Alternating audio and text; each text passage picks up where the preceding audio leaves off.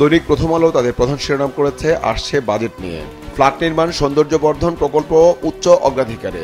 অর্থ সংকটের এই সময়েও নতুন এডিপিতে অগুরুত্বপূর্ণ বেশ কিছু প্রকল্প সরকারের অগ্রাধিকারের তালিকায় স্থান পেয়েছে। রিপোর্টে বলা হয়েছে, সরকার যে ধরনের প্রকল্পকে উচ্চ অগ্রাধিকার দিচ্ছে: গুলশান ও বনানীতে সরকারি কর্মকর্তাদের বাসভবন, মিশরের রাষ্ট্রদূতের জন্য বাসভবন, কক্সবাজারে সড়কবাতি ভাস্কর্য নির্মাণ, নিঝুম দ্বীপের সঙ্গে সংযোগ সড়ক নির্মাণের সম্ভাব্যতা যাচাই, নেত্রকোনার উজিরপুর খালিয়াজুড়ি উড়াল সড়ক নির্মাণ সমীক্ষা, কর্মসংস্থান ব্যাংক ভবন নির্মাণ, বিভিন্ন জেলায় সার্কিট হাউস নির্মাণ। ঘূর্ণিঝড় বিধ্বস্ত পটুয়াখালীতে প্রধানমন্ত্রীর সফর নিয়ে পত্রিকাটি এক কলামের একটি শিরোনাম করেছে, হিমেলের ক্ষতিগ্রস্তদের ক্ষতি পুষিয়ে দিতে সব সহযোগিতা করব, পটুয়াখালীতে প্রধানমন্ত্রী। সাবেক আইজিপি ব্যানার্জিকে নিয়ে পত্রিকাটি দুই কলামের একটি শিরোনাম করেছে। জমি কেনার আগে সরকারের অনুমতি নেয়নি ব্যানার্জির। সরকারের বিধিমালায় বাধ্যতামূলক থাকলেও পরিবারের নামে ব্যবসা প্রতিষ্ঠান খোলার ক্ষেত্রেও সরকারের পূর্ব অনুমতি নেয়নি সাবেক এই আইজিপি। মালয়েশিয়ার শ্রমবাজার নিয়ে ধারাবাহিক প্রতিবেদনের দ্বিতীয় পর্বে পত্রিকাটি শিরোনাম করেছে, বারবার চক্র, বারবার বন্ধ শ্রমবাজার। মালয়েশিয়ায় আগামীকাল থেকে আর কর্মী যাবে না। 2009, 2016 ও 2018 সালেও বন্ধ হয়েছিল দেশটির শ্রমবাজার। দৈনিক সমকালও তাদের প্রধান শিরোনাম করেছে মালয়েশিয়ার শ্রমবাজার নিয়ে। সিন্ডিকেটের পকেটে 13,500 কোটি টাকা। কর্মী প্রতি সিন্ডিকেট নিয়েছে 1,42,000 টাকা। প্রতি ভিসা কেনা হয়েছে 6,000 রিঙ্গিতে। রেমিটেন্স গেছে ভিসা কেনায়। সিন্ডিকেটের পেছনে দুই দেশের এমপি মন্ত্রী। টপ আপ আর অটো অ্যালোকেশনে জিম্মি করে চাঁদাবাজি, টাকা হাতাতে কর্মী নিয়োগ, ভুয়া চাকরি দেখিয়ে। এ কারণে কর্মীরা কাজ পায়নি। ঘূর্ণিঝড় কবলিত পটুয়াখালীতে প্রধানমন্ত্রীর সফর নিয়ে পত্রিকাটি শিরোনাম করেছে, ঘূর্ণিঝড়ে যাদের ঘরবাড়ি ভেঙে গেছে সব করে দেব, পটুয়াখালীতে প্রধানমন্ত্রী। প্রাকৃতিক দুর্যোগ আসবে, তা মোকাবেলা করে জীবন রক্ষা করব। বেনজির ও নাফিস শারাফাতকে নিয়ে পত্রিকাটি দুই কলামের একটি শিরোনাম করেছে।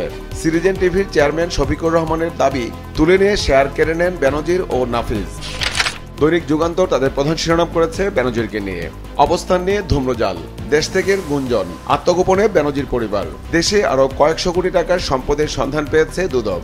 নামে বেনামে 3 লাইটারের জাহাজ, পঞ্চগড়ে চা বাগান, গাজীপুর ও থানচিতে রিসোর্ট, টেক্সটাইল মিলের তথ্য যাচাই করা হচ্ছে। পটুয়াখালীর কলাপাড়ায় ত্রাণ বিতরণ অনুষ্ঠানে প্রধানমন্ত্রীর বক্তব্য নিয়ে পত্রিকাটি শিরোনাম করেছে, উপকূলে নির্মাণ হবে টেকসই বেড়িবাঁধ। কলাপাড়ায় ত্রাণ বিতরণ অনুষ্ঠানে প্রধানমন্ত্রী। সাবেক সেনাপ্রধান জেনারেল আজিজকে নিয়ে পত্রিকাটি শিরোনাম করেছে, জেনারেল আজিজের দুর্নীতির অভিযোগ যাচাই করছে দুদক। দৈনিক বাংলাদেশ প্রতিদিন তাদের প্রধান শিরোনাম করেছে উপজেলা নির্বাচন নিয়ে। বাড়ছেই না ভোটারের আগ্রহ। তৃতীয় ধাপে ভোটের হার 36.24%।